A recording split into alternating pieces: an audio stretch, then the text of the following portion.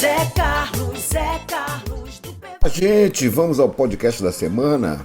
O presidente Trump anunciou a retomada da taxa sobre o aço e o alumínio no Brasil. O presidente Donald Trump acusou o Brasil de desvalorizar o real para melhorar as exportações e retaliou o país com esse aumento das taxas, não ligando para a amizade que ele diz ter com o presidente Jair Bolsonaro.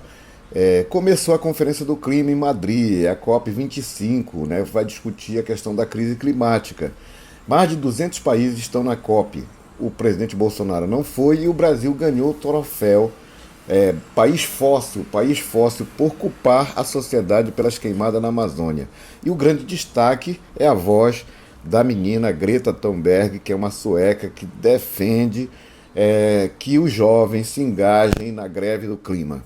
A Anvisa liberou a venda de produtos à base da planta da maconha, mas na mesma sessão proibiu que se plante maconha para fins medicinais. Significa dizer que todo remédio que tiver o princípio ativo da maconha tem que ser importado pagando em dólar. Isso é um absurdo. A gente precisa discutir para rever esse tipo de situação. A OCDE, que é a Organização do Comércio, classifica os países desenvolvidos e não desenvolvidos e usa como base a educação. Um dos índices que ela usa é a educação. E o PISA, que é o índice brasileiro para esse tipo de avaliação, mostrou que o Brasil tem os piores índices, os estudantes brasileiros têm os piores índices em matemática, em português, em várias matérias. Então, o Brasil ficou em recuperação. Isso é muito grave. Nós tivemos o caso da favela do Paraisópolis. Então, um baile funk, que é o Fluxo da 17, que é o mais famoso dos baile funks de São Paulo, a polícia entrou desastradamente com muita violência e o resultado foram 9 jovens mortos, pisoteados. A reação do governador de São Paulo, Dória, foi primeiro defender a polícia, dizer que ele tinha a melhor polícia do mundo, e de repente os dados, as imagens foram mostrando que não é bem assim e o Dória acabou tendo que recuar. Mas isso é um debate que precisa ser feito por causa da questão cultural, da questão dos espaços para a diversão da juventude, do comércio por trás disso tudo mais, e a questão da violência policial que se amplia no nosso país. Isso é grave.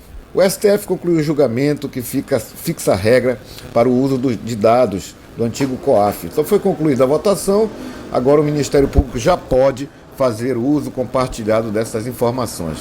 Também nós tivemos uma sessão maravilhosa da CPI do fake news.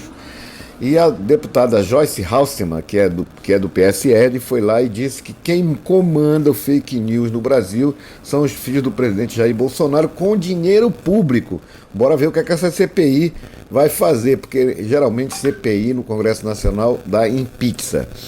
A Marinha, depois de idas e vindas, chegou à conclusão que ela não tem provas de quem despejou as manchas de óleo nas praias do Nordeste brasileiro. Isso demonstra que o país é um país despreparado para proteger as suas próprias riquezas, né?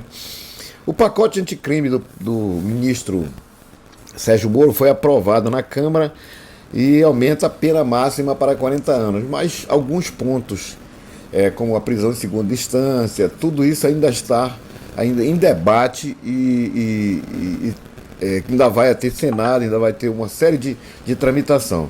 Mas é um pacote que tenta, pela lei, coibir a violência existente e crescente na sociedade brasileira. A Comissão do Congresso Nacional dobrou o fundo eleitoral para o ano que vem. Então a eleição para prefeitos vai ter um fundo eleitoral de 3,8 bilhões e tirou-se dinheiro de outros lugares, né? Um orçamento. O Brasil é como se fosse a pessoa dormindo numa cama com lençol curto. Quando ela cobre os pés, descobre a cabeça. Quando cobre a cabeça, descobre os pés. Então, o orçamento não tem um orçamento tão gigante, os problemas são macros e não se tem dinheiro. Mas o debate principal aqui é financiamento de campanha. Como é que se deve financiar a campanha? E financiamento de campanha não dá certo com esse modelo político que nós temos no Brasil, de 30 e tantos partidos, com voto individual na pessoa e não na chapa. Tem que mudar muita coisa. Nós precisamos avançar na democracia, que é a principal questão do nosso país, é não ter democracia. Por último, o preço da carne dispara e puxa a inflação. A carne subiu 8%, em média, né? Que tem lugar que subiu muito mais. E teve impacto de 0,22 ponto percentual, ou seja, quase a metade da inflação do mês. Então, o presidente diz que não vai, o governo não vai interferir, porque o presidente é liberal e acredita no mercado, e o mercado não acredita na ética, não acredita na decência, não acredita na moral, não acredita no ser humano, ele acredita no lucro. E isso faz com que os produtores de carne que exploram regiões como a Amazônia, derrubam floresta para botar pasto, para botar boi, nesse momento eles não têm nem consciência ecológica, nem consciência com a sociedade. E aí a sociedade vai pagando o preço. Eu fico por aqui. Esse é o podcast da semana. Não esqueça, semana que vem nós estamos de volta. Zé Carlos, Zé Carlos.